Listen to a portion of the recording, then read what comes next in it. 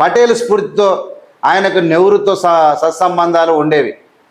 విభేదాలు ఉన్నట్లు భాజపా చిత్రీకరిస్తుంది. విస్తృత సిడబ్ల్యూసిలో ధ్వజమెత్తినటువంటి ఖర్గే మత రాజకీయాలను ఖండిస్తూ తీర్మానం. వారెవ్వ కరెక్ట్ చెప్పిరా ఇది. వా తెలంగాణ మామూల బట్టి మా మజాక, మా ముఖ్యమంత్రి మజాక. మొత్తం గుజరాత్లో మా వాళ్ళది అవా నడుస్తూ ఉన్నది. ఇక్కడ మతతత్వంపై పోరు. Very good. నేను రెడీ. ఏవిఎం ready from Telangana. I'm ready to participate any debate in India because this communalism, this communal dangerous thing should abolish from the country. ఏదైతే ఈ డేంజరస్ కులానికి సంబంధించింది మతాన్ని అడ్డం పెట్టుకొని బతుకు తెరువు కొనసాగిస్తున్నటువంటి అందరూ సావాలంటే వాళ్ళ ఆలోచనలు సావాలి అంటున్నా, ఇంకోటి కాదు. మనమంతా భారతీయులం అన్నటువంటి శ్లోకం ఎప్పుడు వస్తుందో దేశము అసలు మామూలు ఉండదు. ఇక ఇప్పుడు అన్నీ రెడీగా ఉన్నాయి, కానీ మతం అనేటువంటి పేరుతో కొట్టుమిట్టాడి ఒకరికొకరు శత్రువులు తయారయ్యారు. ఈ విధవలను అన్నాలి ఫస్ట్.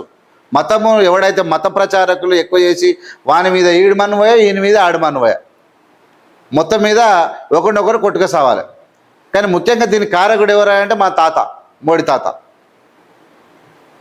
మళ్ళీ ఏం తెలియని ఆయన దగ్గర ఉంటాయి వేసుకో తను ఎయ్యి ఇట్లా అని చెప్పి మళ్ళీ నై అంటాడు. ఎంత డేంజర్ క్యాండిడేట్ అనుకున్నావు. సిడబ్ల్యూ సమావేశం సందర్భంగా సబర్మతి ఆశ్రమంలో నిర్వహించినటువంటి ప్రార్థన కార్యక్రమంలో అంబికా సోని, రేవంత్ రెడ్డి, బట్టి విక్రమార్క, సోనియా గాంధీ, రాహుల్ గాంధీ. రైట్, చాలా బాగుంది.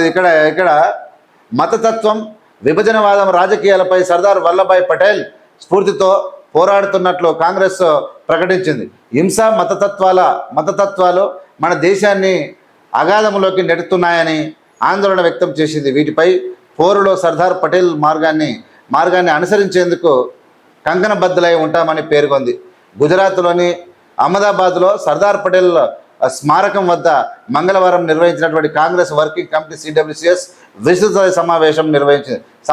ఈ మేరకు తీర్మానాన్ని ఆమోదించింది.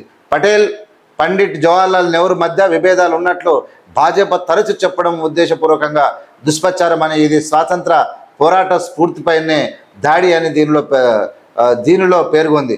మహాత్మా గాంధీ, నెహ్రూ, పటేల్ నాయకత్వాన్ని విడదీసి చూడలేమంది. రైట్, 100% చూడలేము. ఎట్లా చూస్తామా? ఎంత దుర్మార్గుడు ఈ నరేంద్ర మోడీ అంటే, మొత్తం మీద విభజన ఎట్లా రావాలి, ప్రజలను ఎట్లా రెచ్చగొట్టాలి, మతాలను రెచ్చగొడితే ఎట్లుంటుంది, పార్టీల నాయకులను రెచ్చగొడితే ఎట్లా ఉంటుంది అనేటువంటి రూట్ ఏమో చేసినట్టు చేస్తాడు. మొత్తం మీద దేశాన్ని నాశనం చేస్తూ ఉండి కూడా ఏమో కలగజేసినట్టు చేస్తాడు. ఆయన వల్ల ఏంది కాదు.